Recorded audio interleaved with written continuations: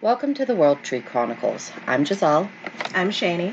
And today we are talking about all things coven. Ooh. What it means to be in a coven, what is a coven, how do you create a coven. It should be fun. Mm-hmm. So let's start with, for those out there who might not even really be super familiar with what a coven is, what's a coven? It is a group of usually magical and sometimes pagan practitioners. They get together, they celebrate the different Sabbats or holy days or just marking of time, such as full moons, things like that, together. They perform magic together. They perform magic together. They educate themselves together a lot of the times, and it's kind of like having a little magical family. That, I think, is a beautiful way to put it, a magical family.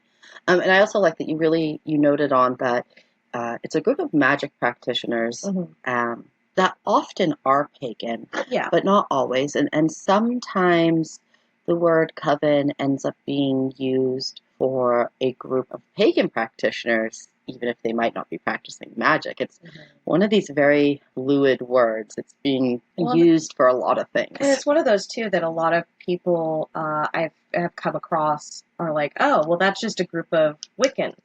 Where it's like, oh, you can only be Wiccan and be part of a coven. Right. And that's not at all the case. I remember kind of early on when I was researching what coven was, and I kind of came up against the difference between a coven and a circle. And one of the things that kept coming up, which I don't know if I necessarily agree with, is that in order for it to be a coven, they all had to practice either the same type of paganism or the same type of magic.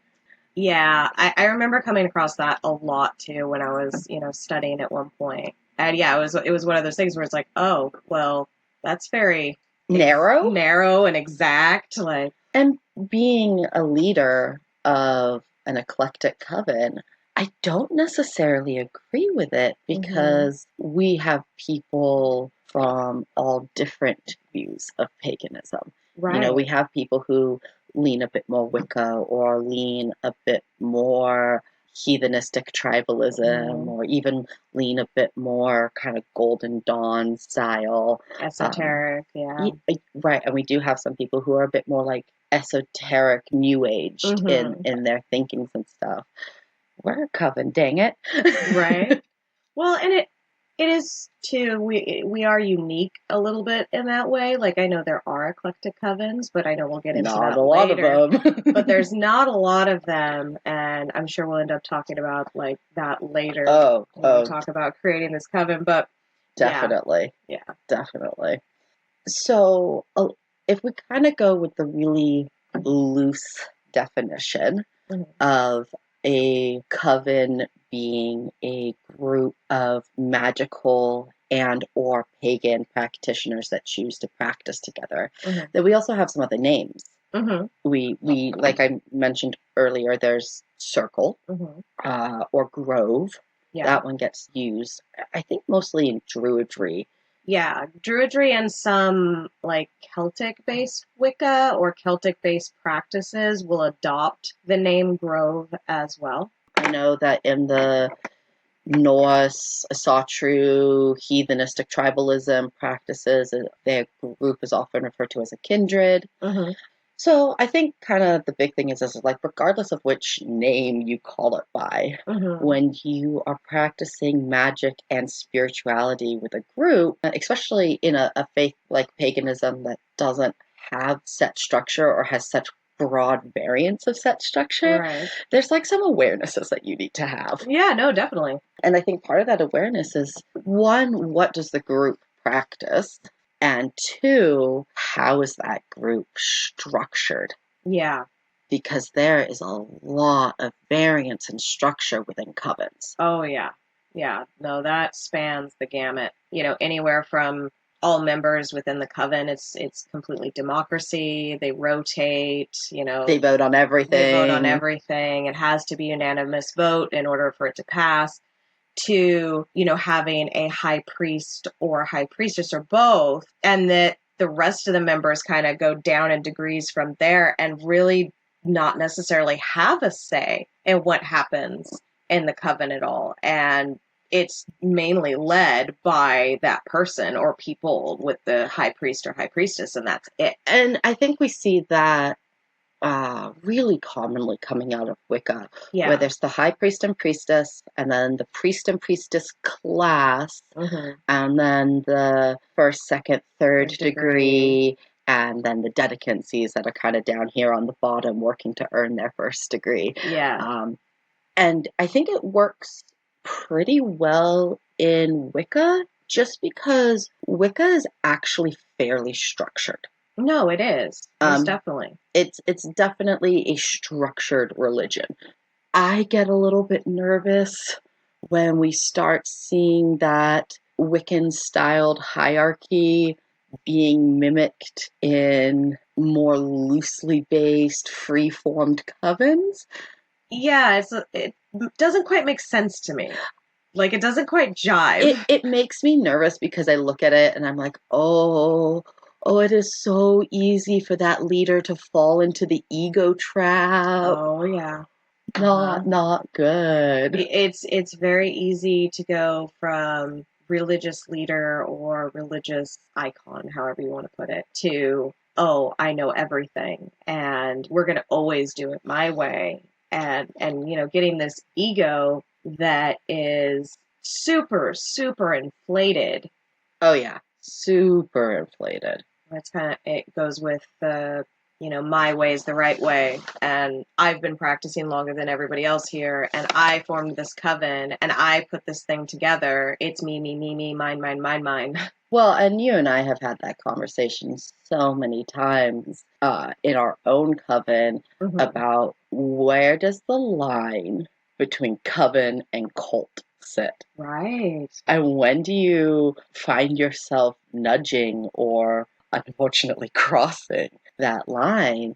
And when you don't have someone who can kind of, without consequence, check your ego or without retaliation, check your ego, I think it's really easy to dangerously dance that line. I agree. It's really nice to be able to have that person that's just kind of like your sounding board that goes, hey, wait, you're being a little egocentric right there. You need to back it off a little bit, honey. We've had that conversation. Yeah. Oh, yeah. Going both ways, I'm pretty sure. Oh, yeah, I'm pretty sure over the years we've both been completely guilty of that, where we've had to tell the other, honey, you need to just chill on that a little bit. I know you love having the power, but can we back it off like half a step? Don't hit the turbo button. Oh, God, seriously.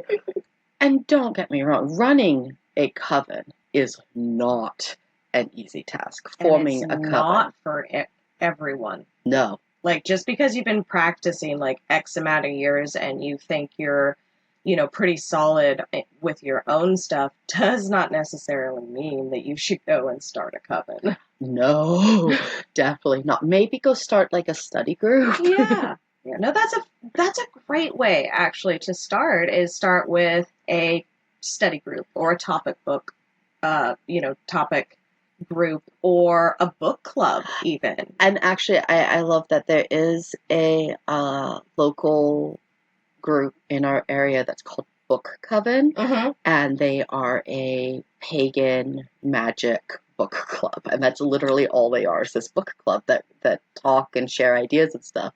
But I do kind of like that they call themselves the Book Coven. I think it's really cute. I think it's cute too. I really enjoy that. So what does coven practice look like? Being a practitioner, and I know that it's going to absolutely vary from coven to coven, so maybe it's coven practice versus solitary practice. I know that we get asked about that all the time through social media about, well, do I have to have a coven? The answer is no. No, you do not have to have a coven. Solitary practice is absolutely a legitimate form of practice.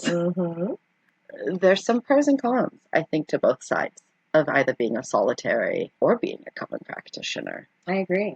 Curiously, what are some of like the pros and cons you see to being solitary? So I would say some of the pros to being solitary is you're learning and practicing and doing things completely at your own pace. It's not, there's a Coven event coming up and you're going to have to invoke this. Oh, I got to make sure I have time and set aside the time to make sure I write the invoke. Everything is at your own pace, as well as whatever you end up doing is completely and absolutely up to you. It's not up to someone else. It's completely up to you of how you want to practice, how you want to invoke or learn, or however you want to progress forward is completely at your pace and completely on you to do. And I think it's important to note, because a lot of the time people think about being a solitary practitioner and they think about that they are totally on their own. Mm-hmm. They have to do all the research and all the work and all the stuff, and that can create learning gaps.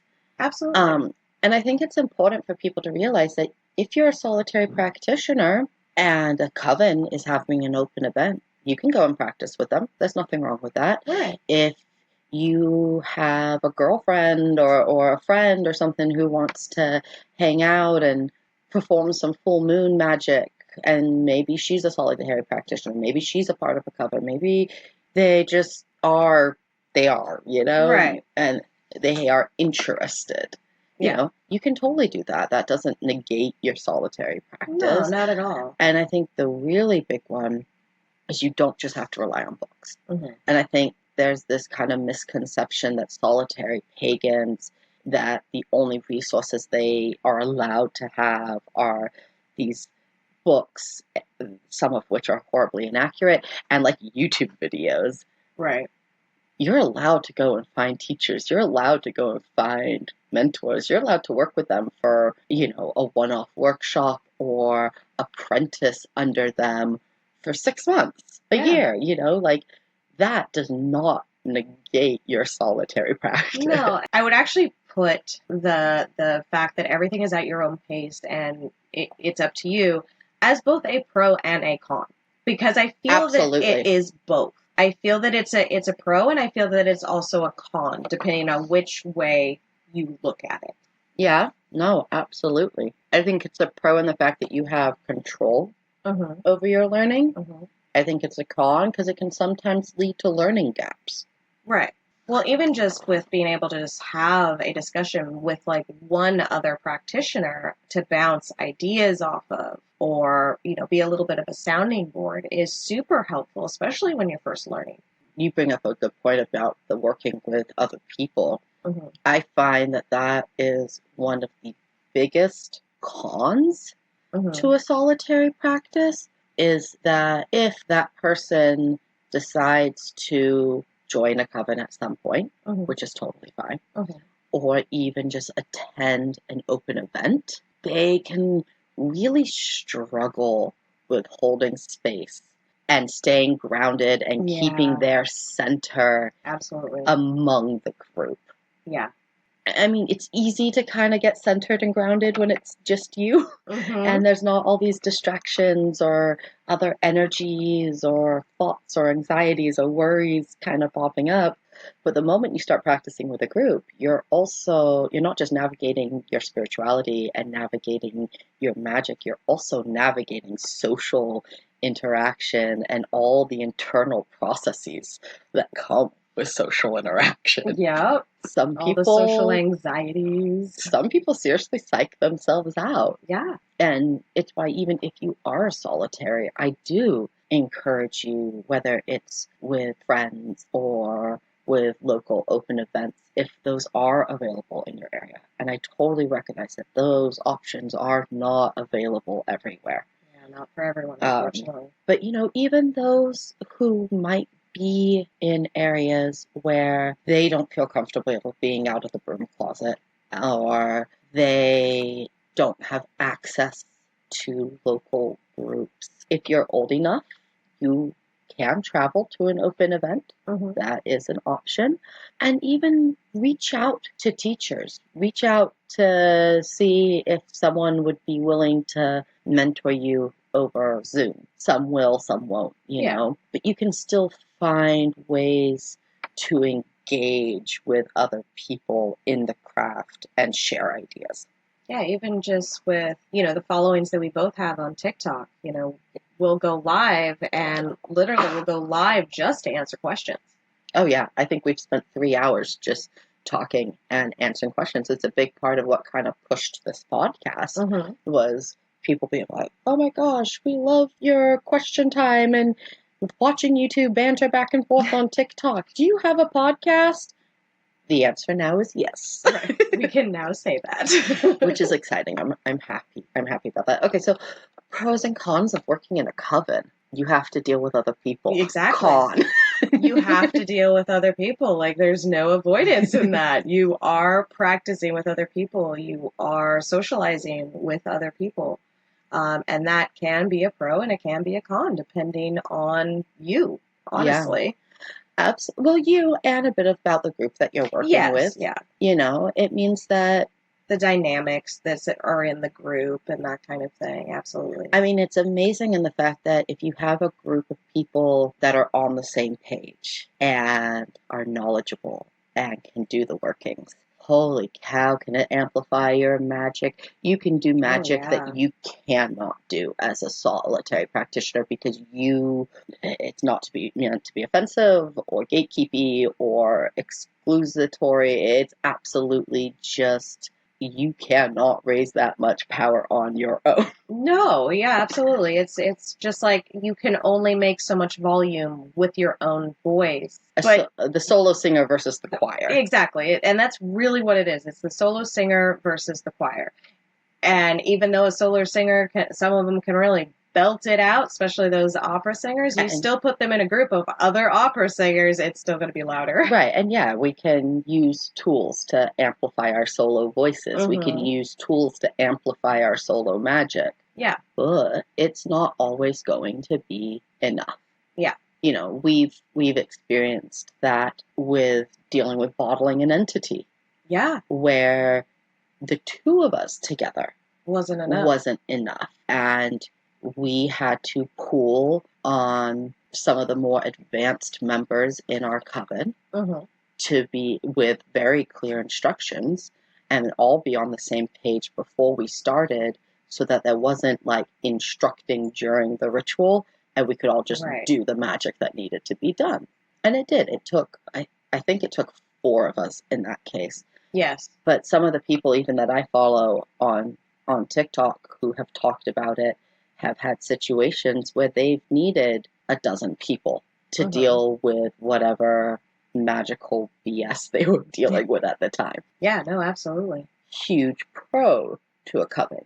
You have that group of people. You have that group. You have that support. You have that support and that backup, like how we were talking about with a solo practitioner. You can try and find people to talk to, try and find mentors to answer questions or just talk with. And with a coven, you automatically have that. You automatically have all of those members that a lot of them are going to have, different specialties in magic. Not everyone is going to, be really into the same types of magic, in which case you can, depending on what your situation is, you can go and talk to the member that is, really good at protection magic or really good with healing magic or whatever. Right. Or, oh, this person is great with astrology. This person is really great with herbalism.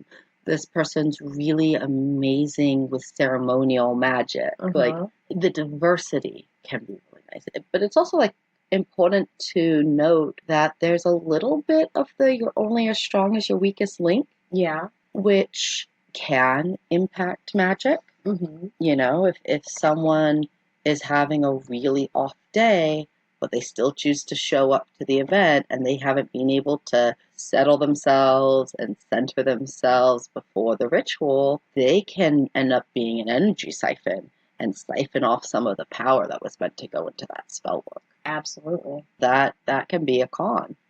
Very much so. And sometimes it's recognizing, and hopefully the coven leadership will recognize when those people come in before the spell work starts and help get them to a good place, or they'll be calling for a certain type of magic, or a member will come and ask them about having a certain type of spell performed with the coven, and it can be like, okay, well, we're not going to use the full coven because person A, B, C, and D, this person's sick, this person's kind of going through their own mental health issues and really can't hold the space for it.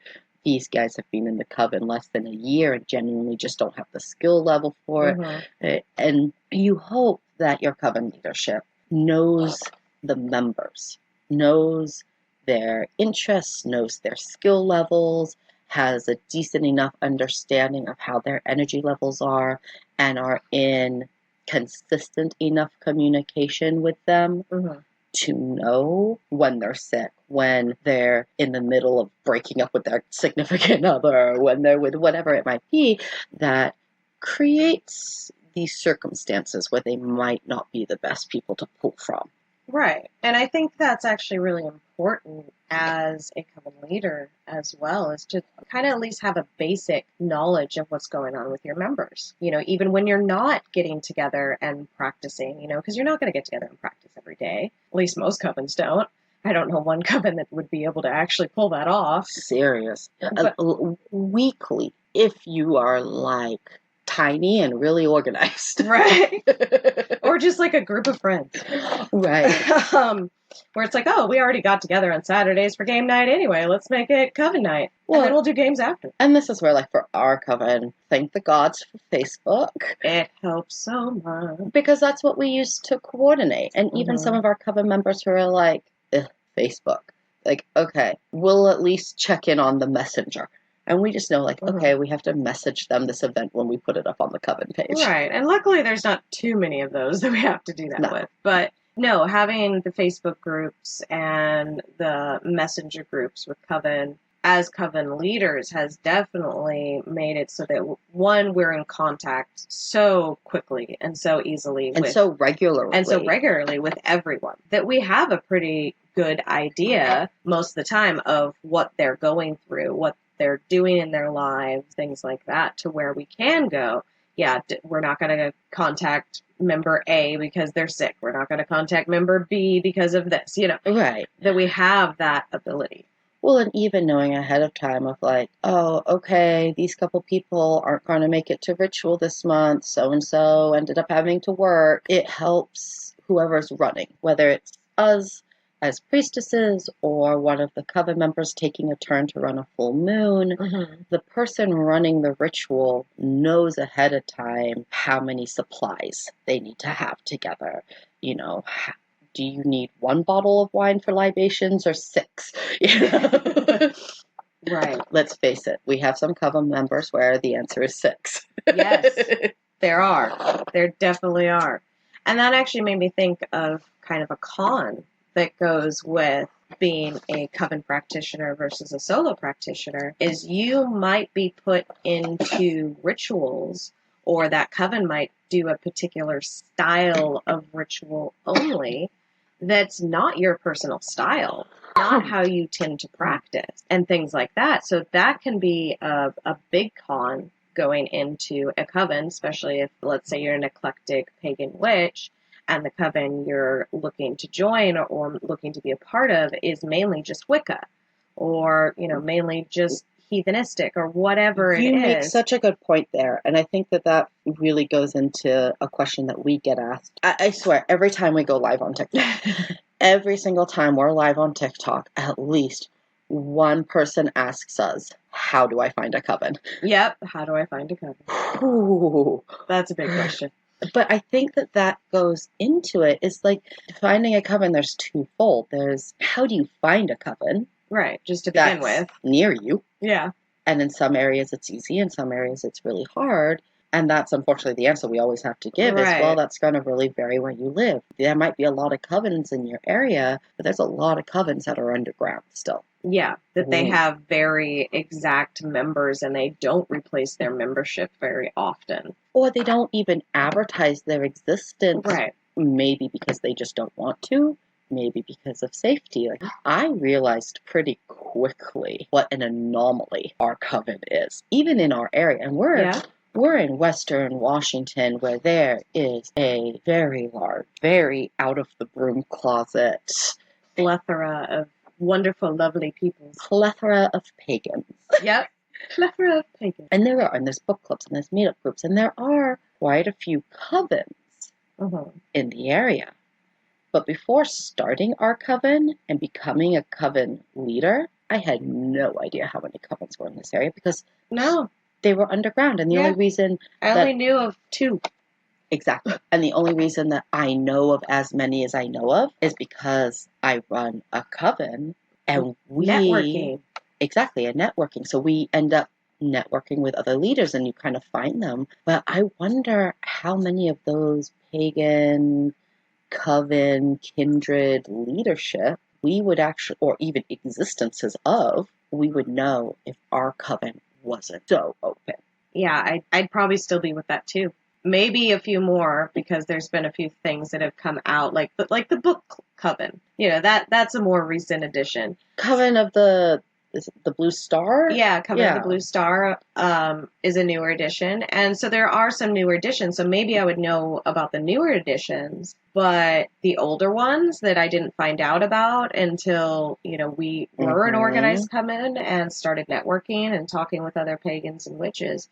I think to this day I still might not even know about them. And I think that's really the norm. Coven of the Ancient Grove, our coven, I think is not the norm when it comes to covens in a lot of senses and how incredibly open, like don't give a fuck levels of open and out of the broom closet and public we are. Like to the point that we hold public coven events. We advertise publicly. We've represented at different events. Pagan Pride. We've represented at LGBTQ Pride as Coven. Like, we are very open and very, very visible in our community. Absolutely. And I dream of a day when that gets to be the norm. No, absolutely, because it'd be so much easier for people to be able to find covens and find groups. I would love it to be as easy to find a coven as it is to find a church. Absolutely. Like, that's the dream. Or a temple or a mosque. Like, that would make me so happy. So that's actually something that you just said that I wanted to touch on real quick of calling temple or mosque. There are pagan groups, like kind of going back to how we were talking about the different names for groups being grove and things like that. You do find pagan churches that have claimed the name church in it or have claimed the name temple. We have one here in Washington, the Aquarian Tabernacle. Yeah, the Aquarian Tabernacle Church, yeah.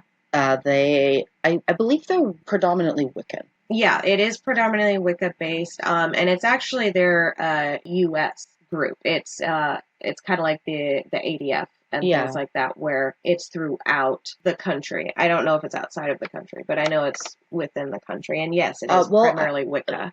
I don't think they're official outside of the country, but I do know that they have some kind of relationships and like sister groups. Yeah. In other places. Because one of the things that's actually really interesting about them is they're actually one of the very few pagan groups in the U.S. that I know of, at least, that actually has a legally recognized theology school. Yeah. And it's, from what I've heard, it's also really good and extremely affordable, too, for what they're offering. Yeah. Like, it's really well done. But yeah, I wanted to touch on the fact that, yes, you'll hear Coven, you'll hear Circle, you'll hear Grove, you'll hear Kindred, but you might also still hear Church.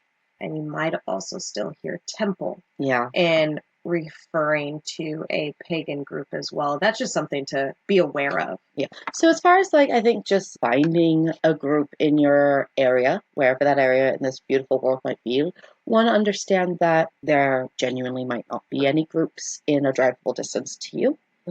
That there may be groups that are in a drivable distance to you, but are underground for whatever reason. There might be groups that are semi-open, but are full. Right. You can only handle so many people. Seriously, though. And that's That's okay.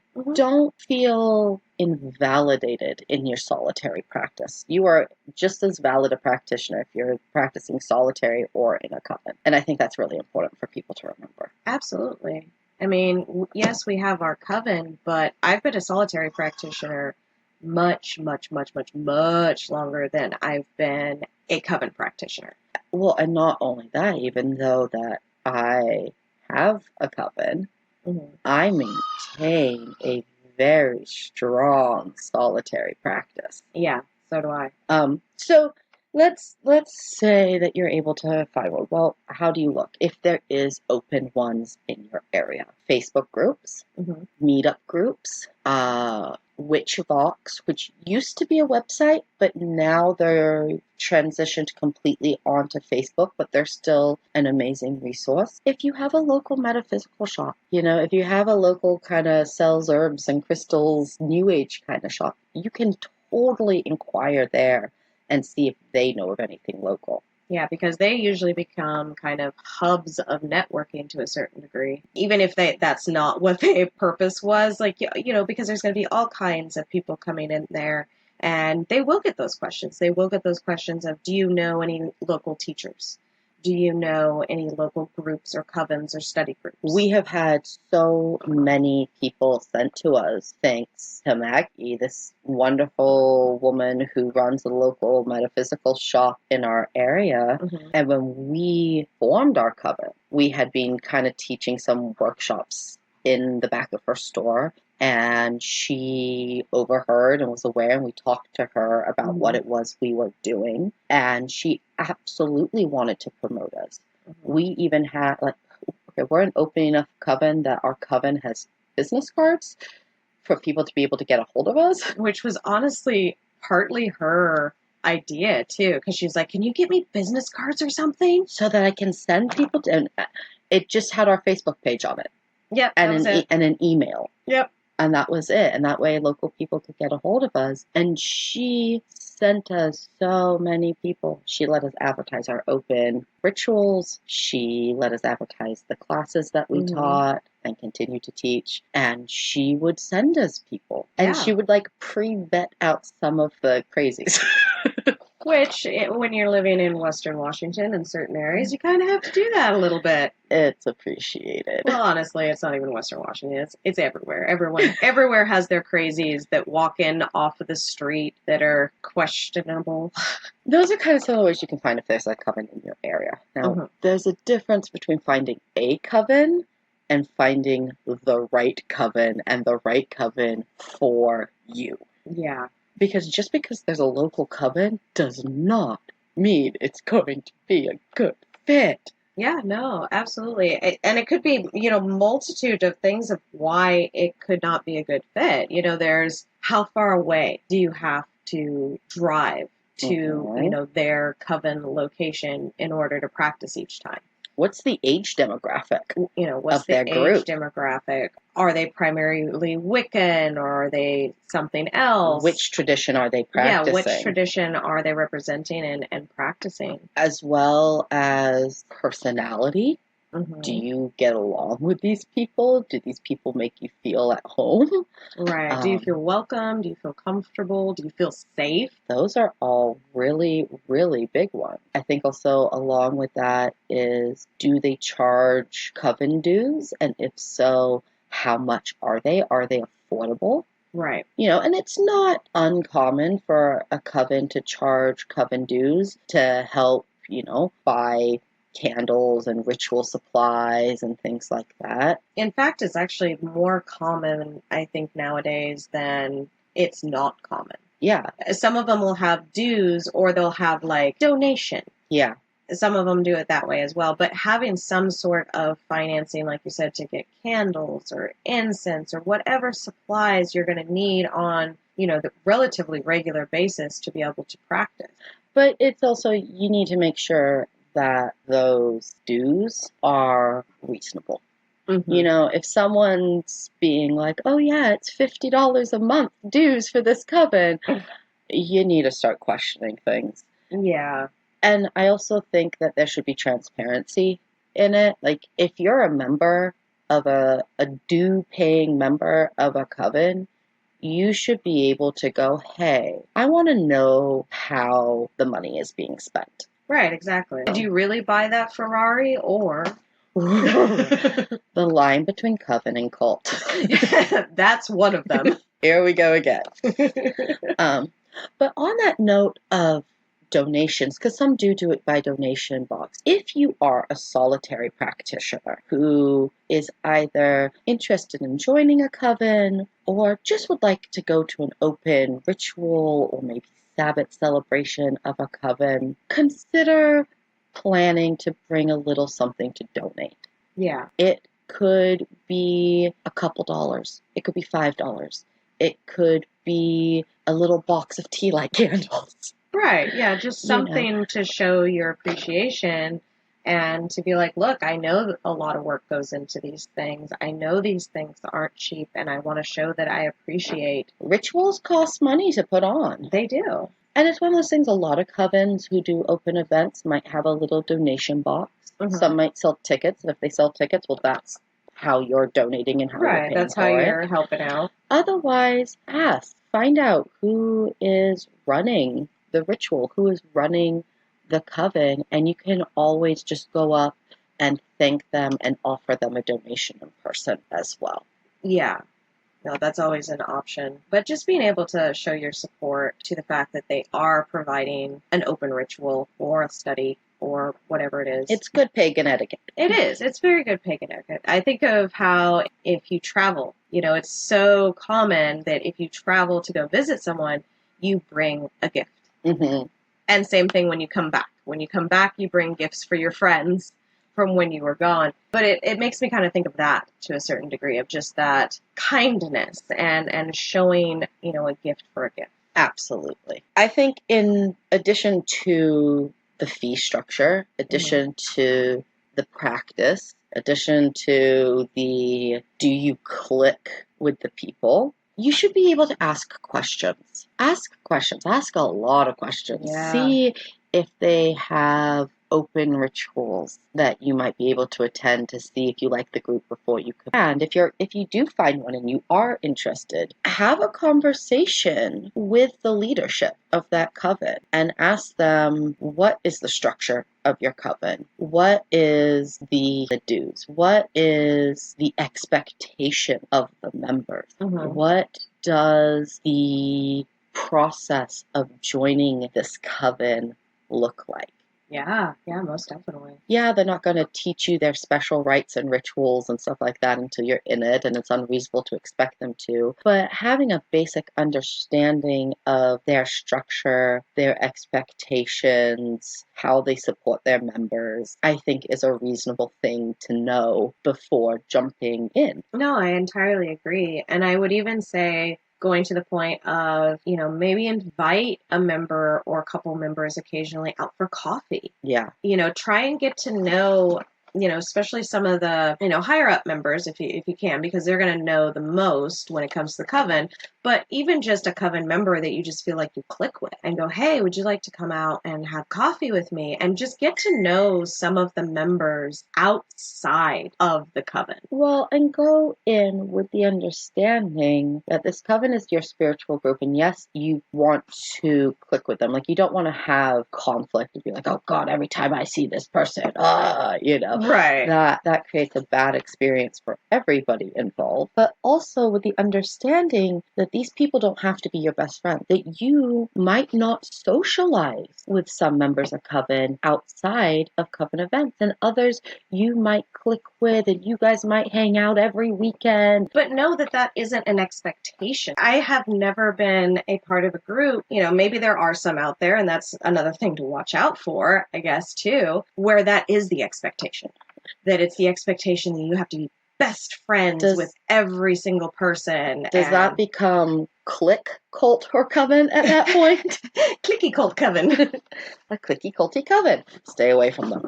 Right. Yeah, if that's the expectation, back away. And then I think that, honestly, any coven worth their salt is going to have some variation of the year and a day, some trial period where you get to come in as a dedicant, as someone learning, and get a feel if this is right. And we tell our dedicants every year, same thing. This year and a day does not obligate you to join at the end. Mm-hmm. You can walk away at any time, even after you become a member. If you find that it's not the right fit for you, you can walk away. Difference between a cult and a coven. Yeah. You can leave without any fear of rebuttal or and that the hexes being cast at you because you left. Exactly, and that the year of the day and a day is not just for the coven to get to know you and see if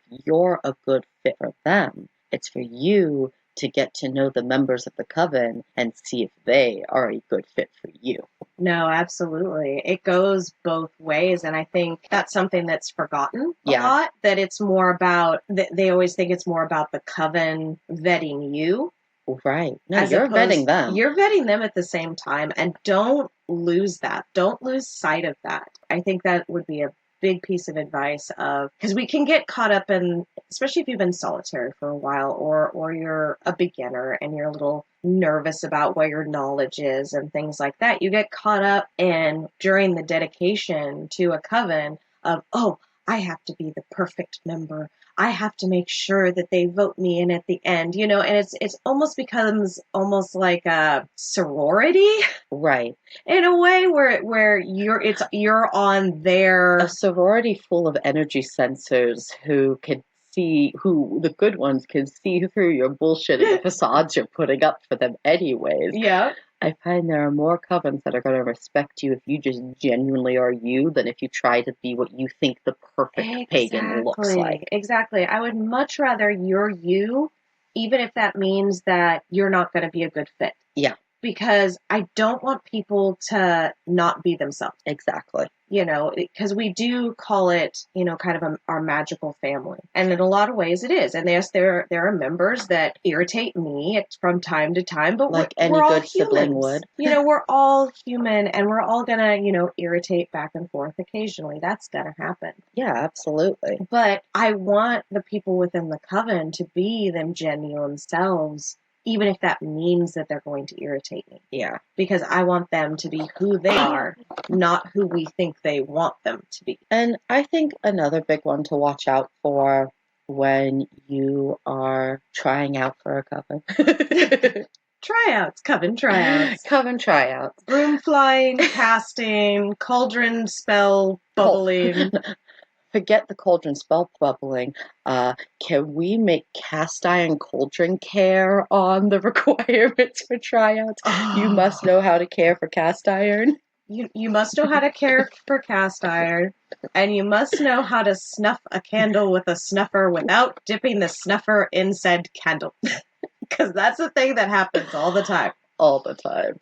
And then we get wax on everything. So the other part of it would be, what does their practice look like? We talked about, do they practice Wicca? Do they practice eclectic? Do they practice Judy? Do they honor your practices? Mm-hmm. And yes, there's going to be a certain level of being calling people out on hey, that's not actually how that's done, and here's why. Right. It's not just personal gnosis, but there's also going to be a difference between pointing out, oh, that's some misinformation, or practice shaming. Exactly. Of oh, you've done a binding before? Right. Or whatever it might be, where it's just practice shaming, and I don't think that's okay. And not just practice shaming, but the coven's way of practice is the only way of practice. Again, that leadership ego coming in, where the members are expected to conform to the leader's practice. Yeah. Rather than having space to honor what group practice means. Yeah. That's definitely something to watch out for. Most definitely. And finding a coven, finding the right coven, joining that coven, it's a process and it's a commitment. And I think it's really good for every practitioner who's considering joining a coven to ask themselves why. Why do you want to be a part of a coven? What is it that you want to get out of being a part of a coven? I think that's actually a very big part of it and a very big question of what is your expectation going into a coven? I mean, those are literally questions on our application. Why do you want to be a part of a coven? What does coven mean to you? Exactly. Why do you want to be a part of this coven in particular? Is it just because we're the only ones around, or do you actually interested in us? Do you want to join a coven because you genuinely want to practice with other people? Because you want to look for people to share your practice with and share their practice with and learn from? Or do you want to join a covens to receive external validation of your practice? Yeah. Because I see that a lot of either wanting to take courses and classes, which is great and fantastic. But I do see some people take those courses and classes just to validate their knowledge, which isn't necessarily a bad way to do it at all. Well, that depends on their behavior during class. Well, true. That's very true. If you're like Hermione, but to the brattiest degree. Been there, had that, dealt with it. Not fun. No, not the best way to go about things. But yeah, same thing with going into a coven. Are you looking for external validation? Are you looking for someone to go, yes, Sarah, you are doing that right. Yes, you are a powerful witch. Are you looking for people to validate your fantasy around being a witch? Or validate what you believe or what you think your abilities should be. And that's another one is of like what to kind of look for and vet when you're looking at joining a coven is their woo-woo meter. How high up the woo-woo meter are they? Magic and the craft in and of itself has innate amounts of woo-woo. Because we talk about things and we believe in things and we practice things that haven't been necessarily verified by science, that have a level of personal gnosis to it and things like that. It's the nature of the beast and it's fine. However, if you meet someone and the leader of the coven is, I'm a level 16 solar galactic mage, I am the father of the vampires and the god of the witches, and I have come back to the earth to assemble my witch army. Run as fast as you can in the opposite direction. And here I'm sitting here going, wow, you must have been really active on World of Warcraft. So there's that side, but there's also the more subtle side. I can do fill in this blank. Or you don't need to know protection magic. Or even things just like, oh, well, I'm the daughter of Thor. He's my actual father. And you know what? I can see into your aura, and your mother is Aphrodite. That's where the fantasy has overtaken things. I'm a reincarnated fairy. Right.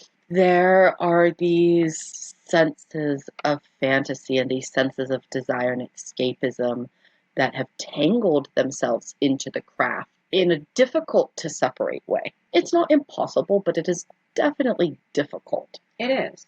And it's really easy for beginner practitioners, especially, to be caught up in the fantasy. Oh, I know I was for a bit. I was too. For sure. Like, once you were like, oh, wait, spirits and ghosts are actually a thing, which not everybody chooses to believe that, even in the pagan and spiritual side of things. Right. But, you kind of find out that there's some of these things that are real. And so then the logical part of your mind tries to rationalize it to going, well, if ghosts are real, and vampires and werewolves, it's your and fantasy all these side other things wants to try to convince your rational side, and they kind of go to war a little bit, and because it's not black or white. It's not all fantasy. It's not all logic. It really does lay kind of in these weird gray areas where some stuff that is very, very real sounds so fanciful, and other things that seem like, oh, that could be plausible, are like not even not real. Even a thing. Yeah. So those are kind of just, I think, some things to be aware of. Yeah. And we've seen it happen to some of our friends where they've fallen into these groups of practitioners who were really caught up in the fantasy and pushed the fantasy And then pushed abusive behaviors. Yeah. And that's another one to really watch out for is if you start feeling like you're being bullied, if you start feeling like you're being manipulated, if you start feeling like every single time you hang out with this group of people, you are just surrounded by drama, you do not have to stay. You do not have to tolerate that. You always have the choice of going back to being a solitary practitioner. Absolutely. Take the good things you learned from the group and leave all the bullshit behind. Yeah, no, absolutely. And honestly, if you do, it's like so much safer for you in so many ways, spiritually, non-spiritually, all of the above. And it's unfortunate to have to say this, and it's one of the dark side of the community as a whole. Mm-hmm. When you leave, put up your damn protection magic. Yep. Like, do what you need to do to make sure that you and your space is energetically protected. Because when you do get into the groups that are being manipulative and bullying, a lot of the times they will sink to curses and hexes. Mm-hmm. And you just need to make sure that you're protected. Never let the idea that they might curse or hex you prevent you from leaving. No, just make sure you have your protections in place. Just know that you need to put those protections in place. Exactly. So what about creating a coven? Not for everybody. So not for everybody. It's a lot of work. So much work. Like you and I both have this running joke that's not really a joke of, yeah, Coven is my other full-time job. And it's a joke that's not really kidding, a joke. Not kidding. Yeah, kidding, not kidding. It's a full-time job. And I will say with starting a coven, you have to consider quite a few things. One, you need to consider within yourself, why do you want to start a coven? Why do you want to put yourself as the leader of this coven? Absolutely.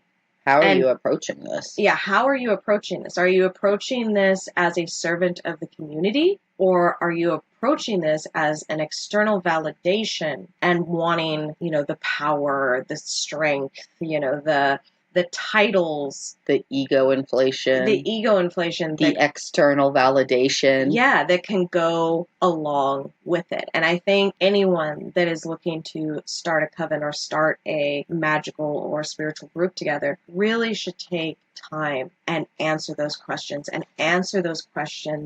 with pure, bare bone honesty. Oh yeah, you got to be raw and open with yourself. And if you can't be raw and open with yourself, you don't have any business starting a coven. Yeah, no, absolutely. If you're, telling yourself basically lies of going, yeah, I want to serve the community. I see a real need. But in the back of your head is, I'm going to be a leader of a coven. I'm going to be a leader of a coven. Yeah. And there's also kind of a middle ground where it's like you and a friend are starting a coven. Right. Well, that could be fun. Yeah. That's an okay reason that could be fun. Is it okay reason to start a coven? Yeah. I think a lot of people who have that mentality that covens don't last super long. True. But it doesn't negate it. I think the only one is if you want to start a coven to get external validation and pad your ego, you have no business starting a coven. Yes. No, absolutely. Do you feel like there is kind of a minimum amount of time that you need to have been studying and practicing, either practicing as a solitary or practicing in a different coven before starting your own? Yes, but to be fair, it also varies on person in a lot of ways. Because there's Absolutely. Some people that, have been practicing 30 years and have no business starting a coven. Yeah, 30 years and have no business starting a coven. And there's those that have been practicing 5 years and might actually do a pretty good job with a coven. See, that is bare minimum. That is that's not just the minimum. I honestly would love to say 10, because I think 10 years is as long as you are studying during that time and you are practicing during that time. I'm not just saying that those 10 years you went, yeah, I'm a witch, but didn't really do anything. Yeah. But 10 years of relatively active practice and study, I would want to say, is the best. See, that was my number 2, is I think, like, you saying 5, I think that's an exception, and I think that's a really, really rare exception. Rare exception. But at 5 years, what you can do instead is start a study group. Start that study group. Start the book club. Start a small practice group of friends. Absolutely. Don't necessarily start a coven. Maybe one day it'll turn into a coven. Exactly. Maybe it won't. It may and it may not. But it'll be a way for you to be able to practice with others, to be able to, serve your community if that's something you're looking to do as well. And, be active and be out there and get questions answered for yourself and questions answered for others. Absolutely. It's one of the things that makes me most nervous being an active pagan on social media is when I see baby practitioners. Practitioners have been practicing maybe a couple of years. Be like, how do you start a coven? And I get it. They're coming from a place of wanting to practice with a group and not finding a group in their area. Mm-hmm. So it's coming from there. And I'd like to think that their hope is that they'll attract more members that have more experience with them that they can learn from. Yeah. But they are seriously underestimating the amount of work it takes. And that if you create a coven, you're being the leader of that coven, you have some expectations. Like there's some things that people are going to look to you for. Mm-hmm. And if you don't have the experience in the craft, you are not going to be able to give those answers. You're not going to be able to perform those tasks. Yeah, most definitely. Well, why don't we talk a little bit about our coven and our journey in creating it. I absolutely love our coven. I do too. And I had said earlier that I feel like our coven is an anomaly. Yes. Among covens. I would agree. Definitely an anomaly with covens in our area. But even from a lot of what I've heard from practitioners all over the country, it's still an anomaly. We're an anomaly. So let's start with, we are an eclectic coven. So what that means is we don't really have a set tradition that we follow. And we have a very, very varied membership. We mm-hmm. have Asatru Heathen. We have Wiccan. We have Animism. We have Eclectic. We have Masonic. We've had Jewish witches. Yep. We've had Luciferian witches. Yeah. I feel like I'm missing some. We've had more to the esoteric New Age. Hellenistic, yeah. Druidic. Mm-hmm. Like, we are a mixed bag. And mixed bags are really hard to manage. Yeah. They are definitely I'd say, more work than your average group may be. Yeah, and I remember really, really vividly, it's one of the strongest memories I have about us forming the coven, was when we had started talking to some of the elders mm-hmm. in the community and some of the people that we did know who ran covens. Mm-hmm. And we were talking about, we're going to form an eclectic coven. Oh, those won't last 5 years. Oh, not even 5 years. We were given a year. I think it was 6 months. 6 months. We were year. Given that won't. Oh, yeah, you're going to start an eclectic coven. I give that 6 months. Mm-hmm. And it was like, oh well, I can do it. Right. Like the little kind of rebel. You can't tell me what to do and how I'll fail.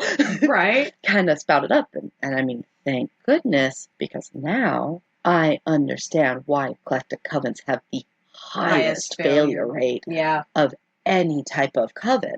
And it's because you're managing so many different views.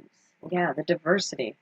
And to have a genuinely eclectic, not just the leader of the coven has an eclectic practice and we're practicing their form of paganism. Right. But a genuinely eclectic where every single member's view and spiritual beliefs and ways of practice are shared, are honored, are respected. Yeah. And it's not an easy thing. No, it is not an easy thing at all. And then in addition to being eclectic, we have an incredibly diverse age group with 16 to late 50s. Late 50s, yeah. So from teenagers to people in their late 50s, we have the full spectrum of age group, which again, how do those people associate with spirituality? How do those people practice? What is the practice of a 16-year-old versus a 26-year-old versus a 36-year-old, 46-year-old, 56-year-old? What does a decade of life experience create changes in how they view and approach the practice? And how do you create a situation, a ritual, a place where they don't only all feel supported, but it's accessible? How is it equally accessible to one age demographic over the other without seeming basic and boring? Like, how do you make it accessible to those with less experience without boring those with more experience? It's a tough one. It really is. It's a tough one. And then we also have, on top of the age demographic being so varied, is our gender demographic as well. Because you do have, covens out there that are just all female. Yeah. You see that a lot, especially in Wicca. Well, Dianic Wicca is Dianic Wicca is the biggest one, yeah. But we have men, we have women, and then we have everything in between. Well, to the point that 1/3 of our membership is male identifying. So how do you support a space where you're welcoming all these different ways of practicing magic, all these different views on paganism, these different ages, the spectrum of gender, the spectrum of sexual orientation, and how do you make all these people feel seen and honored and respected, and that their practice is seen and honored and respected? There's a reason eclectic covens have the highest failure rate. No, most definitely. I can see easily, like you said, when we first started out, it's like, nah, it can't be that hard. We were delusional. We were delusional about that part. But yeah, it has a lot of work that has to go into it, from, everywhere from bookkeeping to organization of events and rituals to teaching and helping aid those within the coven, going over to a coven member's house to maybe do a house blessing because they just moved into a new place. It has so much that goes into it. Well, there's like teacher, leader, event organizer, office manager / bookkeeper / receptionist. There's spiritual counsel. And I think that's a part that a lot of people forget. Yeah. That when you take on and people are joining your magical spiritual group, you start finding yourself in a position of spiritual counsel. I mean, we've had coven members request us perform their weddings, and making sure that we went through the ordination process to be able to legally do that for them. Yeah. You end up taking on so much more than just, I'm going to put together a group of people to practice magic with. Right. That sounds so much easier. And that's very much how it was presented. So I think about the growth of our coven. And I think that could actually kind of be a cool story for us to tell. Yeah. We kind of started last time about you and I had been teaching together, had been doing a little bit of practice, just you and I and our husbands and like a friend or two here and there. We did an Ostara ritual together. You know. Our little drunken fairies. And talking about drunken fairies, we were drunken fairies at fairy worlds. Yep. When you asked, hey, what do you think about starting a coven? And at least for me, up until that point, I had looked for a coven. I'd wanted to try a coven. I'd tried out a couple covens or study groups or whatever they wanted to, dealt with the personality stuff. And I had reached a point where I was just kind of like, I'm just going to be a solitary person. I'd given up looking for a coven. Yeah. And the thought of creating my own had never even really crossed my mind until you went, what do you think about starting a coven? And I totally was in that boat of start a coven, have someone to practice magic with, more time with my best friend. That sounds like fun. Right?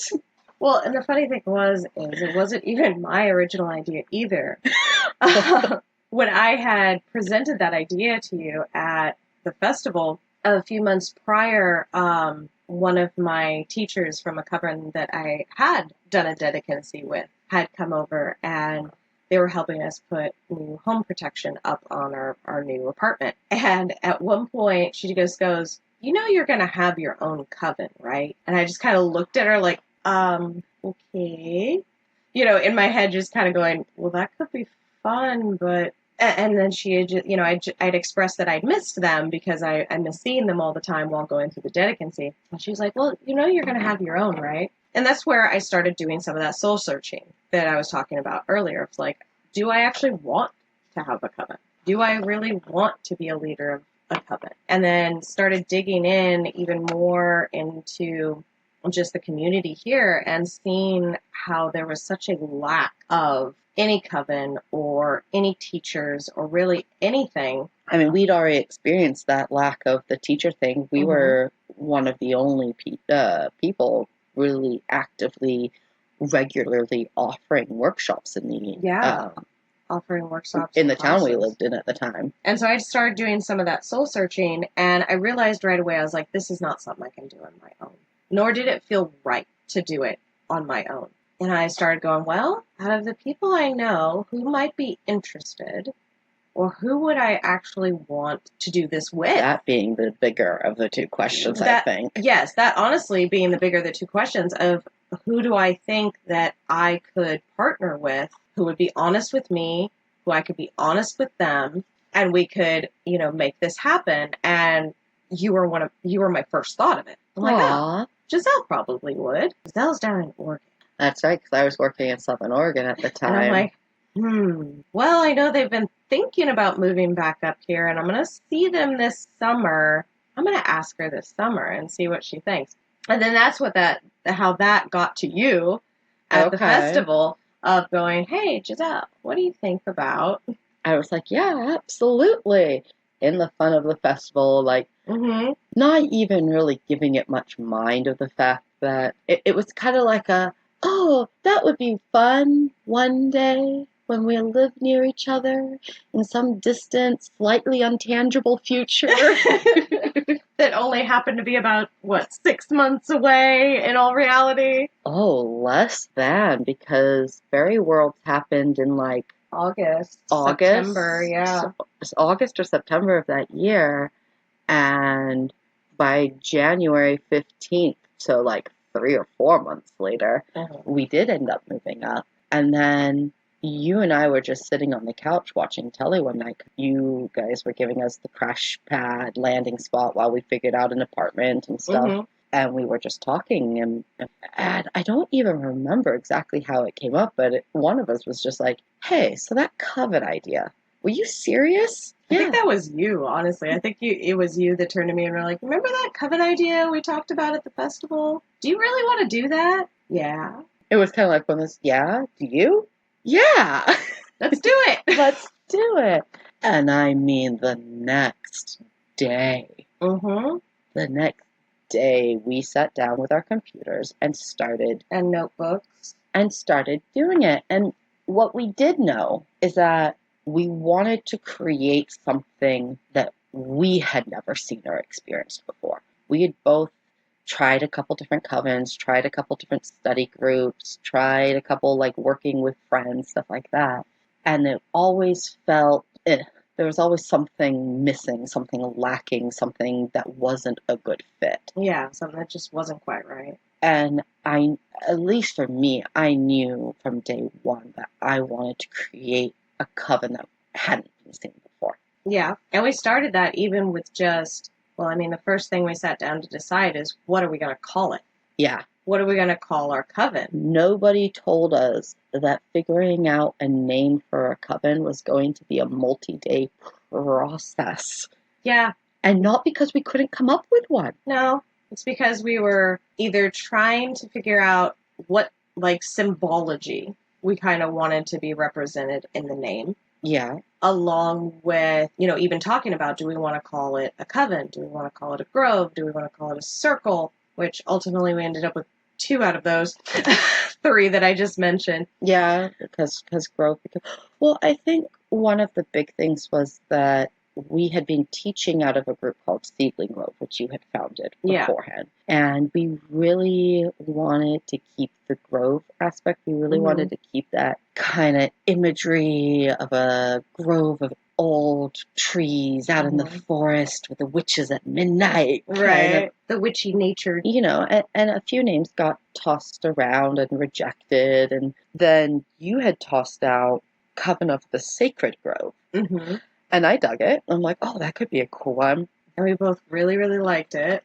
But then we also did something that was different because it wasn't just about, our area. We were already thinking about what is our big impact? What is our accessibility? Because we so badly wanted to be an open, out of the broom closet, visible coven. Yeah. We wanted to be accessible. Haters be damned. Right. We wanted to be a coven that was accessible to the community. So, okay, how did we try to find covens? Well, we Googled shit. How do people try to find covens in an area? Well, their first instinct in today's age is let's search the internet. Yeah. So we needed something that was going to be easy to find and wasn't going to conflict. Like, we didn't want to be the 5th Sacred Grove coven that popped up. Yeah. And that's what we ended up doing is we ended up with a list of several names that we liked. Mm-hmm. And we would sit and just deep dive Google search. Mm-hmm. We would check Facebook. We checked Witchbox. We checked Google just to see if there was already a coven with that name out there. If that coven had a web presence. Mm-hmm. And if they did, off the list they went. Mm-hmm. Even if it was just a Witchbox listing. Yeah, we're like, oh, well, somebody has it. Which is how Sacred Grove got tossed out the window.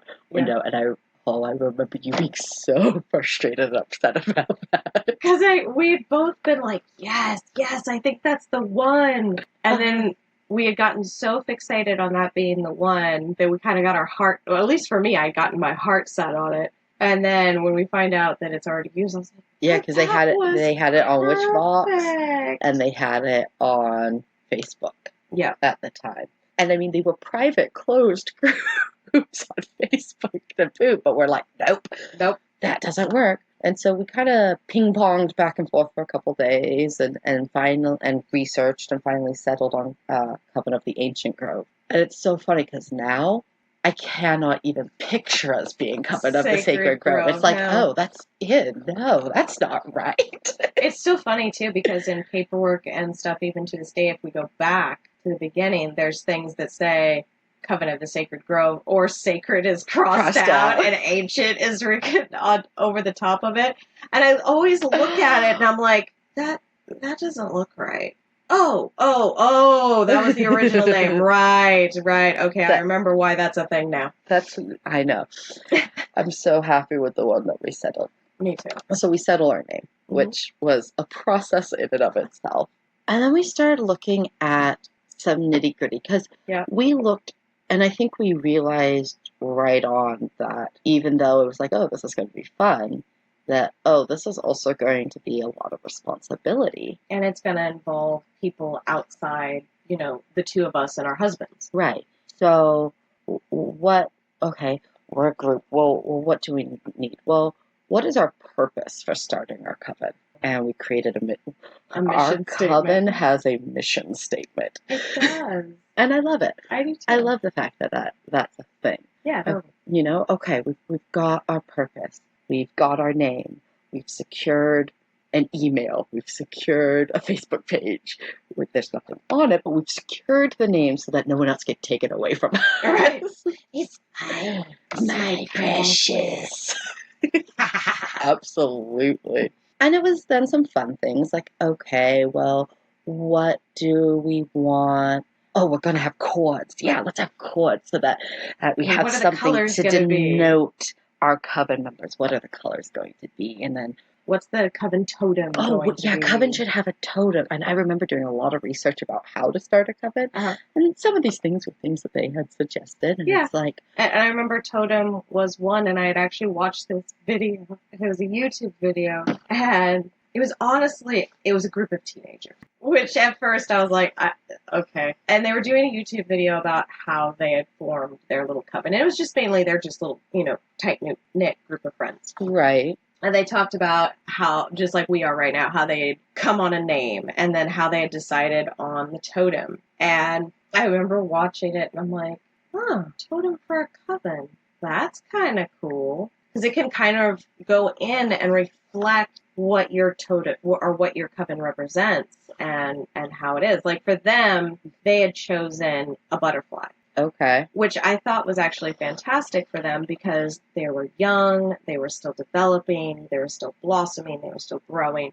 And symbol of transformation. And with the butterfly being a symbol of transformation, I thought that was beautiful that that's what they had chose. And so I remember bringing up to you, well, let's look at a totem. Let's maybe do a totem. What do you want to do? And we pretty quickly threw the idea of an animal right out the window. Yeah, no, I remember that. It's like, we could do an animal. No. And I think it was you that went, what about a tree? Well, and I was thinking, I'm like, okay, trees are really symbolic in this.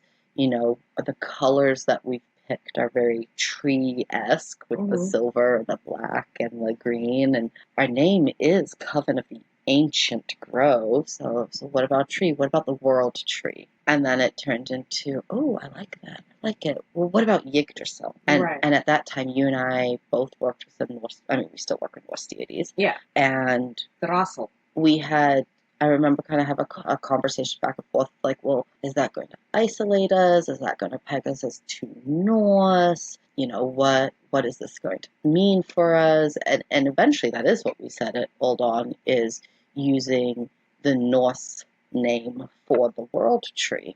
And now we got a podcast that's called The World Tree Chronicles. Look at us in our trees. Seriously, our Coven is trees. Our podcast is trees. Our business is named after a goddess who works with trees. We have a tree theme in our life. I love it.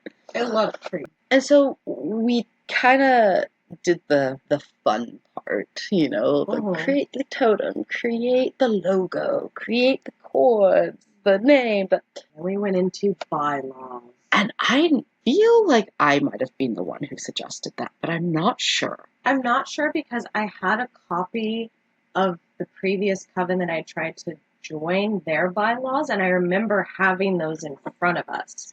So when we were working on our bylaws. So I'm not sure if I brought it up or if you brought it up and I went, I actually have something that will help with that. Like all things, like all the great things in our Coven, it was pure collaboration. Absolutely. But we sat down and we looked through, and I remember reading through those other bylaws and being like, that's a good idea. Oh, no. Oh, that's a good, and we kind of picked out what we liked and had conversations. And I think when we started our bylaws, that took so long. That took the longest out of anything else that we did. I mean, we really, really broke it down to like, what do we expect out of our members? Mm-hmm. And that really was the question. What do we expect out of the members? What are things that we've experienced in other covens that were really negative that we want to try to ensure from the get-go don't happen here? Yeah. And we addressed drugs and alcohol. Mm-hmm. We addressed minors.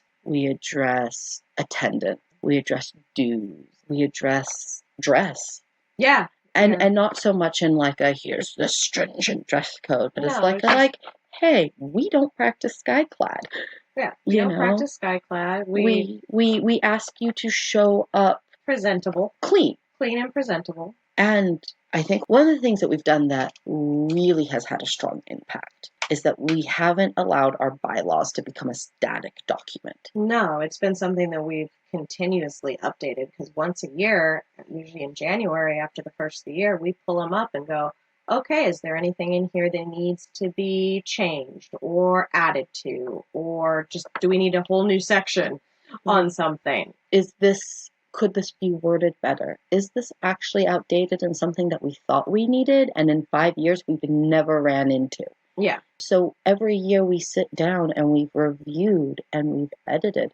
And sometimes there have been unfortunate instances that have happened that we've gone, oh, okay, we're going to go home and pull up the bylaws and add this now. Yeah. Because we are never going Dealing to with that allow again. that to happen again. Yeah. That was so extremely unacceptable. Yeah, exactly. It is what it is. It's Right. unfortunate circumstances, you know. When you're dealing with other people, especially when you're dealing with past the four of us, because we started getting big pretty quickly. When you deal with past year members and you open up certain events to members bringing guests, and those guests might be people that you don't know and don't have a history with, sometimes things can turn sour. Yeah. And it's really unfortunate. But that's just it, is being willing to constantly learn from experience. And how our coven looks now, not just in membership, but in structure, is so different from, but directly built upon and a result of January, February 2015, you and I sitting on that couch and taking the time to set up this foundational structure. Well, and it's something that I've seen going forward too. Anyone that's ever been interested in joining our coven, when we've given them, the bylaws, like printed out their copy of it, going, here, well, this is what it's Their eyes get a little big for a second. For half a second, they do. And then I've always gotten such good, gratitude results coming back, going, actually, thank you. This answered a lot of the questions that I had of what was going to be expected of me as an attendee of your coven, that it answered more questions than I would have thought to have even asked within that year and a day. And the bylaws, it's a packet. I think they're probably 10 pages. Probably somewhere around there ish. At this point. You know, so when and someone who is dedicating and we go, well, here's your application. And that's, we hadn't thought about that in the very beginning because it was you, me, our husbands, and one of your friends from high school.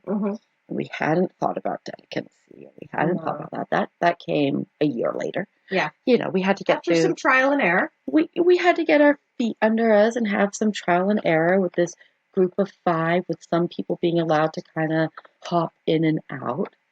But, now they get handed, here's a coven application, here's coven structure, here's what your dedicancy is going to look like, oh, and here's coven bylaws, and they get handed with all those things, this 20-some-odd page packet. Yeah. And I watched their eyes get a little big for a second as the panic and this oh crap kind of sets in. And then they sit with it and they read through it and they come back and they go, oh, this all makes sense. This is thank you. Really I understand exactly what is expected of me. I understand exactly what I have access to.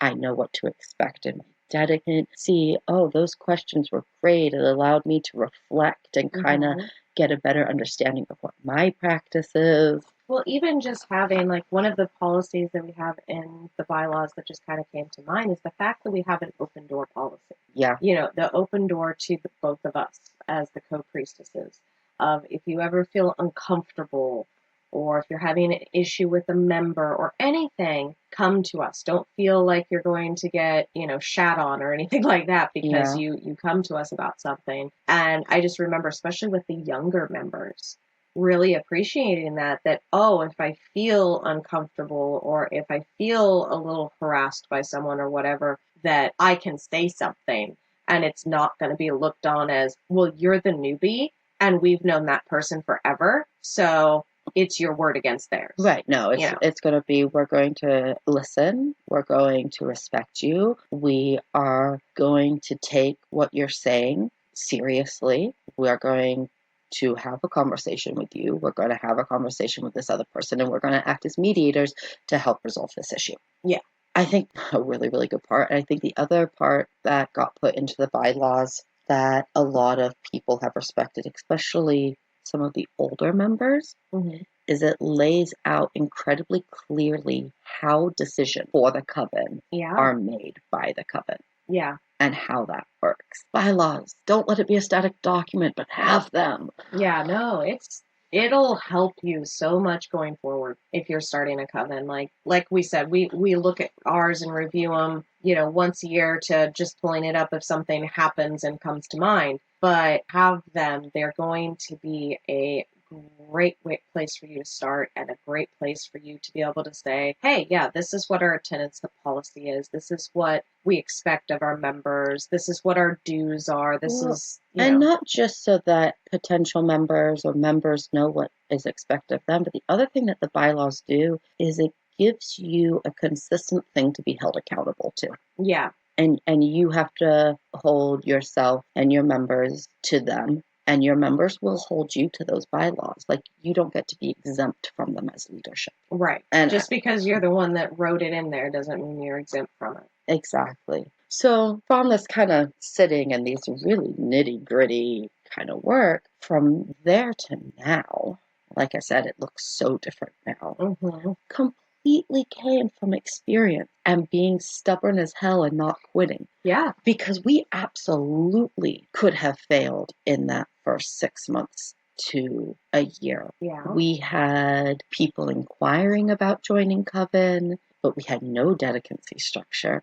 We had no set way of how people joined the Coven. We had like a Coven application, and that was it. It was you would get a meeting, you would inquire, we'd meet up with you at a coffee shop, talk a little bit, and if we felt like you were going to be a good potential, at the end of that meeting, we'd give you a Coven application. Yeah. And there was a year and a day where it's like, you're going to spend half the year working with Chayney and half the year working with Giselle, and we have zero structure. It's totally free form. And what do you want to learn? We learned really fast that was not the way to go. Bad way to do it.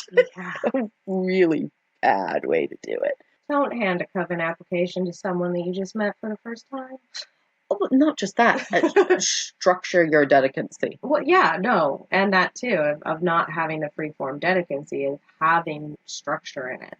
I mean, in that first year, we dealt with a junior member. So that would be someone who was under 18. We dealt with a handful of potentials that came and practiced for a little bit and were super unreliable and flitted and ghosted and were not good fits. Or drama. And then we created the class.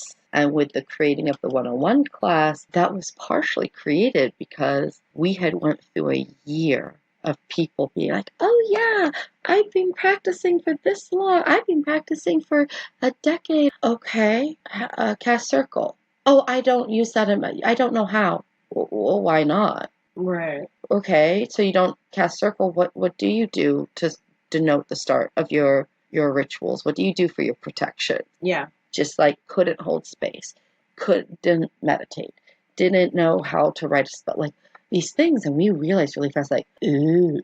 Yeah, we need to make sure that these people know the basics. If you're going to join this coven, in order to successfully practice with this coven, here's this base information that you need to know. And the 101 class was really born out of that. Yeah. And then it got incorporated into the structure. Yeah, no, absolutely. Where it was, okay, take this 13-week class. At the end of the class, you have an option to fill in an application. And we've now had 13 weeks, once a week, 4 hours a day with you, talking to you, understanding exactly where your knowledge base is. And inviting them to one of Coven's rituals as well. Right, inviting them to a ritual to see how we practice. And that was a good step because that gave us a clear idea. And we were able to be like, no, you still need to do some learning and some searching. You need to get a little bit of a clear idea of what it is you want before you practice. You have been late to every single class. You're not going to be a reliable member. We don't want to deal with that headache anymore, So it kind of became the early part of the screening process, and then making sure that they had a base. But then still the dedicancy after that was very loose and freeform, and some things kind of fell the wayside. With that, but the structure was still there, and it was a learning experience. No, definitely. I grew so much during those first couple of years, even as just a person. Yeah, Well, and again, know? that stubbornness. We had so many failures our first year. It would have been so easy to just give up and be like, "Oh, screw this, I'm going back to being solitary. But I think, screw you guys, I'm going home. I think for me in that first year, I started to have a bit more of the soul searching and being like, okay, the fun has worn away a little. But I'm enjoying practicing. But the intensity of the work, the reality of the situation is really setting in. I remember that because you were going through, why am I doing this to myself? Yeah, I remember you were going through that a lot of questioning, like, why am I doing this? What is this about? Why, and the level of frustration that you had there for a little while is like, oh boy. Astronomical. I was like, we're about to implode. Well, I guess the 6 months to a year thing was right. And I was just, I was trying to be so patient with you because these are things that I had already kind of figured out just from recently trying to dedicate to a coven. That I was like, just trying to be there to support you and or give you your space, or like, okay, I get it. It's overwhelming. It's a lot, but I really think we can do this, and just try and be encouraging. Well, and it was such a simultaneous thing because at the same time I was questioning, why the hell am I doing this? What is the point of this? Is it actually worth it? I was also actually experiencing a really dramatic personal spiritual shift. And there were days where it was coming from the difference of practicing solitary to practicing in a group, which is an adjustment. Yeah, no, it absolutely is. And all the frustrations of running the coven and questioning, am I prepared for this? Am I willing to take this on? Am I validated in running a coven and presenting myself as a leadership without having gone through ordination and still very Wicca ingrained thought, I'm not a level 3, am I allowed to do this? And then I had gods shifting around and ancestors shifting around and things in my marriage shifting around, and I was, unbeknownst to me at the time, I was in the pre-turmoil right before your Saturn returns. Yep. Where you just feel like, what the hell am I doing? Yep, I remember that. But it was also really good. Yeah. In the way that we were able to have a lot of conversations and be able to be like, oh, okay, well, this frustration isn't just frustration. This is frustration because this is genuinely not working. Yeah. How do we fix it? Right. What amount of this is like a genuine problem versus what amount of this is personal struggle? Right. And there were a few problems in there, and we were able to address them because of it. Yeah, no, absolutely. And then I went away for a little bit. I had to step away for financial reasons, and I had to step away for spiritual searching reasons. Yeah. And I went and my little vagabond self traveled. Yep. And I held down the fort. You blessedly held down the fort while I erratically popped in and out, because I would keep popping in, and I knew that it was important for me to maintain a level of presence. Like, that had to happen. But we even joked and called me the traveling priestess. Yeah. And it was because it was erratic. It was, oh, yeah, I'll be here for this Sabbath. Oh, no, I'm gone for that one. Oh, full moons? That's cute. And there was a period of time where I was only coming for the Sabbaths, and I was also driving 8 hours to be here for a Sabbath. Yeah, and I remember there was 1 year, I think we got you for definitely Beltane. We got you for Beltane. Because I never missed a Beltane. We got you for, I think, most Yules, too, actually. Yeah, I think you were up here for most Yules. I really tried to be here for Beltane and Yule. Everything else was kind of hit or miss. That first year. The first year I was gone, it was hit or miss.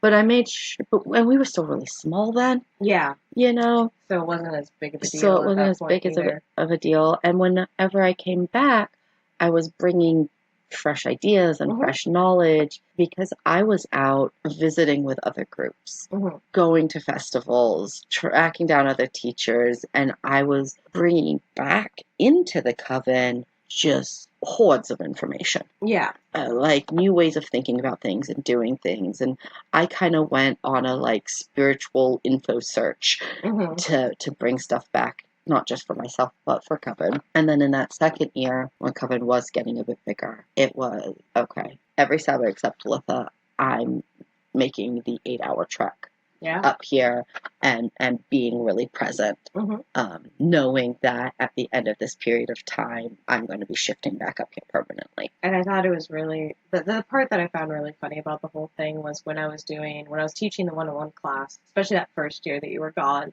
and you know, I'd mention you like all the time. I mean, you're co-priestess of the Coven, so it's kind of hard not to mention you all the time.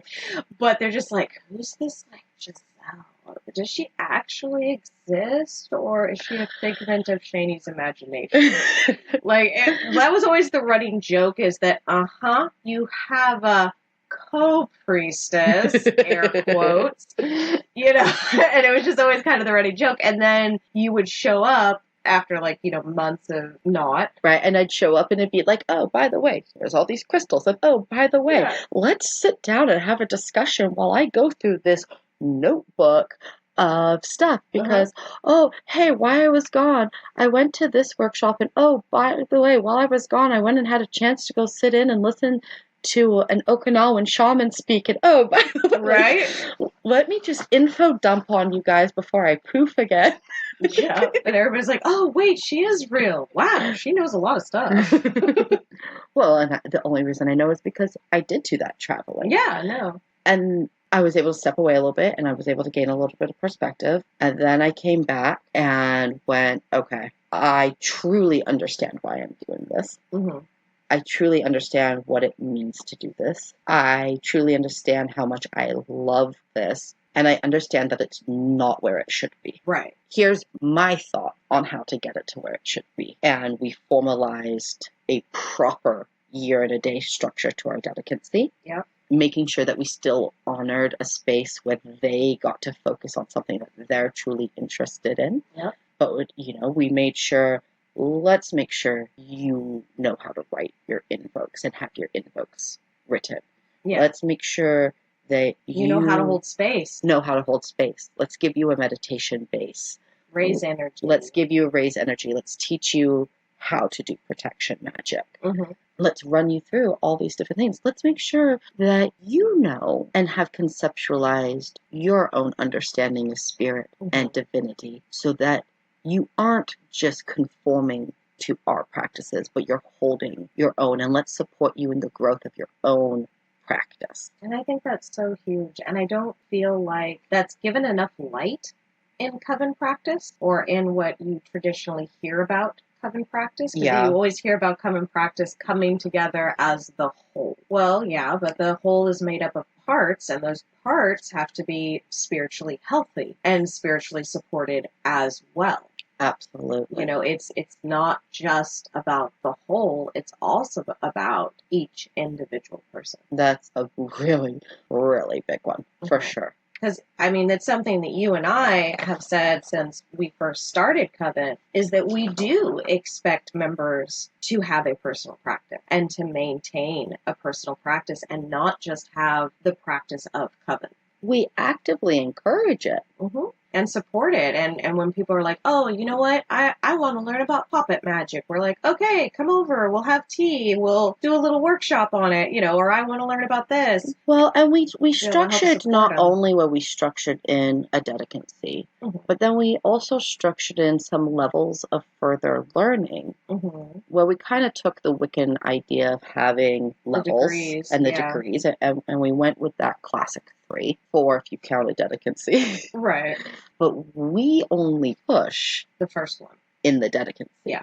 In the dedicancy, it's like, okay, here's your assignment. We're going to follow up on you. Come on, turn it in. Let's do this. Nope, this is when this workshop is. Then you get to a point where, okay, you're a full member. We're not going to stop supporting you. Here's a kind of guidance list on some areas that kind of, if you want to grow deeper in any practice, Mm-hmm. regardless of, and we've always tried to remove culture away from it. Like regardless of if you're Wiccan or Norse or Hellenistic or animistic, this will help you deepen your practice regardless of the specificity of it. Things that are easily relatable. But now you need to come to us. If you're like, hey, I'm really interested in this, but I don't know. Mm-hmm. Now you have to be like, hey, can you help me with? And we will always say yes and be like, yeah, mm-hmm. absolutely. Let's help. Let's get together. When works for you. But after you become a full member, it's on your you terms. are responsible for your growth. Yeah. We will support you every step of the way. We will introduce you to new ideas. We will host book clubs. We will host discussion groups. We will host things. Mm-hmm. But you have to be an active participant in your own education and spirituality and magical practice. Yeah, absolutely. I think it's so important to not lose sight of your own practice just because you're in a coven practice as well. I agree. So for the people out there who might actually be thinking about forming their own coven, mm-hmm. if you could give them a piece of advice, what would it be?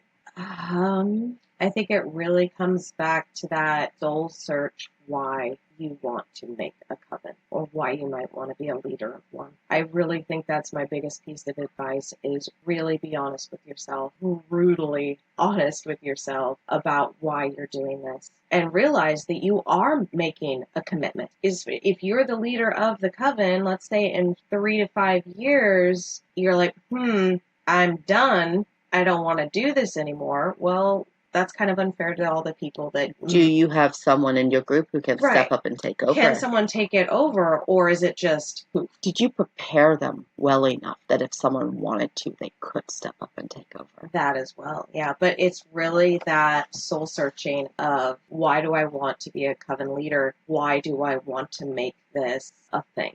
I love how, kind of deep and spiritual yours is, because mine is so just set up a structure early, check in with that structure and modify as needed because it is going to help guide you.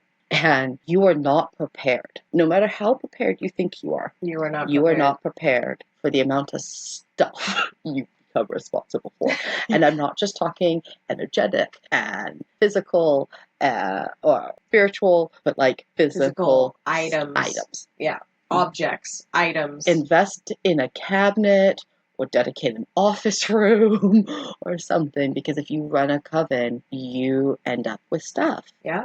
There's the base stuff that's needed for the ritual. There's the decorations for certain Sabbats or special days. There's stuff that gets donated to you. You know, we have a large cauldron mm-hmm. and a very large mortar and pestle and literally a coven library, because we've had so many books donated, and we've had extra chalices donated for when guests come. And healing crystals and statuary. And, supplies.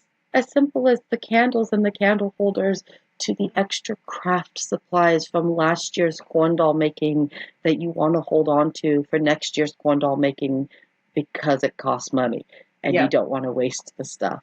We have a cabinet and it is overflowing. I think my other side of advice to that too, when it comes to the stuff, dollar stores, people. Dollar stores is where it is at. Dollar stores and thrift stores. Oh, I think we have gotten a huge portion of our Sabbat decorations and supplies. Things like our charging platters and our decanter for holding libations and candle holders. If you are doing outside rituals as a coven, because that's another thing you have to think of is your space. If you are doing it inside, well, you have a limited amount of space, mm-hmm. which can limit the amount of people. If you're doing it outside, well, now you're subjected to the weather. Mm-hmm. Are you going to invest in canopies? Are you going... what are you going to do? By the way, if you live in Washington State or anywhere that it rains, do not invest into the 10 by 10 pop-ups. We've learned this the hard way. You can invest into them. You just have to take them down once ritual is over. Yeah, you cannot leave them up. They will collapse under the weight of the water.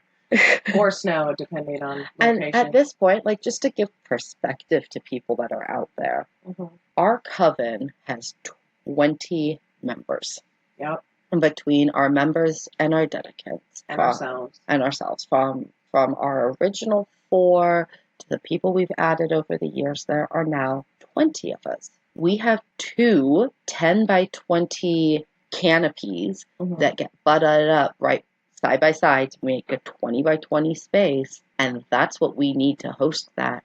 And if we're doing one where guests are invited or a potluck's involved, we use a giant umbrella, 2 5 by 9 something like that, yeah, for covering potluck tables, yep. a 10 by 10 to hold the altar space, and the 2 10 by 20s all set up in a configuration to accommodate and keep dry the size of group we have. Yep. And we are a large coven. Yes, we are.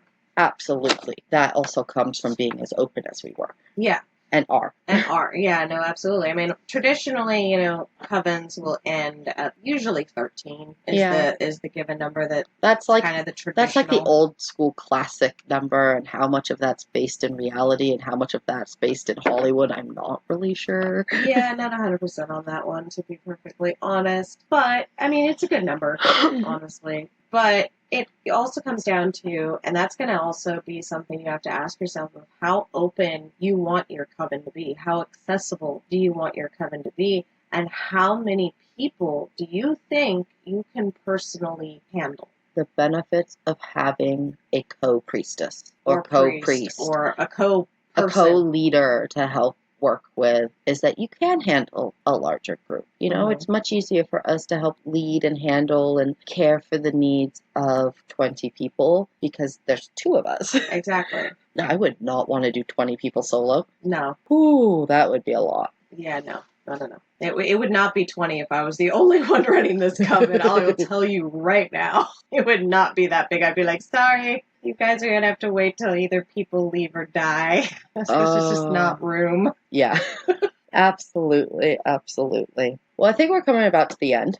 If you want to form a coven, it's a beautiful thing. It is. It is an act of service, and be gentle with yourself. Do it with someone. Check your ego, ask why, put your structure in, and realize that it's going to grow. And make sure you still keep up with your practice and your self-care, especially as you go forward. Yeah, don't spread yourself too thin. If you're not caring for yourself and your own spirituality, you're going to be useless caring for others. Mm-hmm. Absolutely. Empty cup. So where can these beautiful people find us? Well, for me personally, you can find me under the username Chainlinks, ChainLynxx, on TikTok and Instagram. I think that's it. For you. You can also find us at AdunaWellness.com, Aduna Wellness, our YouTube channel. You can find Aduna Wellness's Facebook page, and for that, it's all IDUNAWELLNESS. You can find, Aduna Wellness also has an Instagram. That's right. You can find me on TikTok at Wild Witchy Woman. And if you are interested about our coven or what we do, our coven does maintain a public Facebook page, Coven of the Ancient Grove. Go check us out. Next time, we are going to be talking about Samhain, ancestors, and all things Halloweeny. So keep an eye out for that and join us next time. Ciao. Bye.